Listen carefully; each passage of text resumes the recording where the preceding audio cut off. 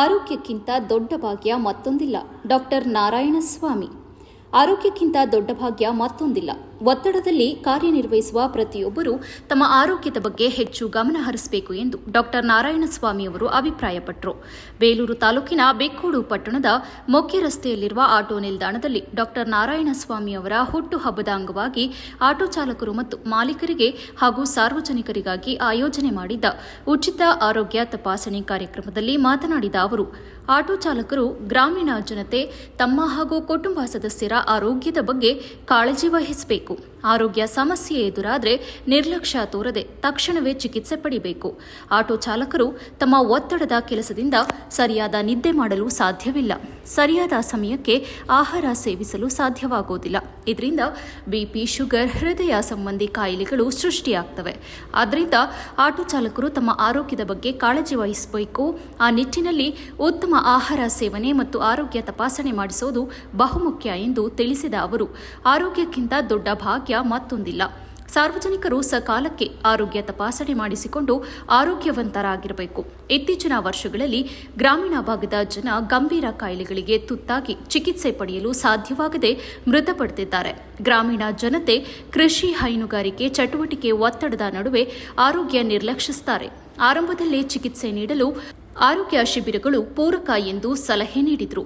ಸಮಾಜದ ಕಟ್ಟ ಕಡೆಯ ವ್ಯಕ್ತಿಯ ಆರೋಗ್ಯ ರಕ್ಷಣೆಗೆ ಒತ್ತು ನೀಡಬೇಕು. ಈ ನಿಟ್ಟಿನಲ್ಲಿ ಆರೋಗ್ಯ ಶಿಬಿರ ಆಯೋಜನೆ ಮಾಡಲಾಗಿದೆ.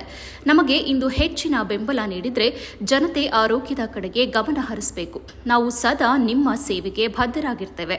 ತಾವುಗಳು ಈ ಶಿಬಿರದ ಸದುಪಯೋಗ ಪಡೆದುಕೊಳ್ಳಬೇಕೆಂದು ಕರೆ ನೀಡಿದರು. ಮಾಡೋದ್ರ ಮೂಲಕ ನನ್ನ ಬರ್ತ್ಡೇ ಆಚರಿಸ್ಕೋಬೇಕಂತ ಆಸೆ ಪಟ್ಟೆ ಅಂತಂದರೆ, ಇತ್ತೀಚಿನ ದಿನಗಳಲ್ಲಿ ಆಟೋ ಚಾಲಕರು ಮತ್ತು ಮಾಲೀಕರು ಅವರು ಶ್ರಮಿಕ ಜೀವಿಗಳು. ಅವರು ಯಾವುದನ್ನ ಕಸ್ಟಮರ್ ಬಂದಂಥ ಸಂದರ್ಭದಲ್ಲಿ ಯಾವುದೇ ಪೇಷಂಟ್ ಇರ್ಬೋದು, ಇನ್ಯಾರನ್ನ ಕಷ್ಟದಲ್ಲಿರೋಂಥವ್ರನ್ನ ತಕ್ಷಣವೇ ಕರ್ಕೊಂಡು ಹೋಗುವಂಥ ಪರಿಸ್ಥಿತಿನಲ್ಲಿ ಅವರು ಆರೋಗ್ಯನೂ ಲೆಕ್ಕಿಸದೆ ಟೈಮ್ ಊಟನೂ ಮಾಡದಿರೇ ರಾತ್ರಿ ಹೊತ್ತು ನಿದ್ದೆನೂ ಸಹ ಎಷ್ಟೋ ಸಂದರ್ಭದಲ್ಲಿ ಕೆಟ್ಟಿರೋವಂಥ ಸಂದರ್ಭ ನಾನು ನೋಡಿದ್ದೀನಿ, ನಾನು ಸರ್ಕಾರಿ ಸೇವೆಯಲ್ಲಿದ್ದಾಗ. ಹಾಗಾಗಿ ಅವರ ಆರೋಗ್ಯನ ತಪಾಸಣೆ ಮಾಡ್ಕೊಳ್ಳೋಕ್ಕಾಗದಿರೇ ಅವರು ನನಗೇನು ಕಾಯಿಲೆ ಇದೆ, ನನಗೇನಿದೆ ಅಂತ ಸಹ ಹಾಸ್ಪಿಟ್ಲ್ಗಳಿಗೂ ಬರೋವಂಥ, ಅಂದರೆ ಅಲ್ಲಿಗೆ ಹೋಗೋದಕ್ಕೂ ಸಹ ಟೈಮ್ ಸಾಕಾಗೋದಿಲ್ಲ, ಅಥವಾ ಗೊತ್ತಿರೋದು ಇಲ್ಲ, ಅಥವಾ ಅವರು ಅದಕ್ಕೋಸ್ಕರ ಮೀಸಲಿಡೋದು ಇಲ್ಲ. ಅವರೇನೆಂದರೆ ಜನಸೇವೆ. ಈಗ ನಾವು ಡಾಕ್ಟ್ರುಗಳು ಹೆಂಗೆ ನಾವು ಬೇರೆಯವರಿಗೆ ಟೈಮ್ ಊಟ ಮಾಡಿ ಅಂತ ಹೇಳ್ತೀವಿ, ಕೆಲವು ಸಂದರ್ಭಗಳಲ್ಲಿ ನಾವೇ ಮಾಡೋಕ್ಕಾಗಲ್ಲ ಅಂತಂದರೆ ನಾವು ಪೇಷಂಟ್ ಇದ್ದ ದೃಷ್ಟಿಯಿಂದ ಅದನ್ನು ಮಾಡಬೇಕಾಗುತ್ತೆ. ಹಾಗೇನೇ ಆಟೋ ಚಾಲಕರು ಸಹ ಅವರು ತಮ್ಮ ಊಟ ಆಮೇಲೆ ತಮ್ಮ ಆರೋಗ್ಯಕ್ಕೆ ಮೀಸಲಿಡದಿರ ಸಾರ್ವಜನಿಕ ಸೇವೆಗೆ ಮೀಸಲಿಟ್ಟಿರ್ತಾರೆ.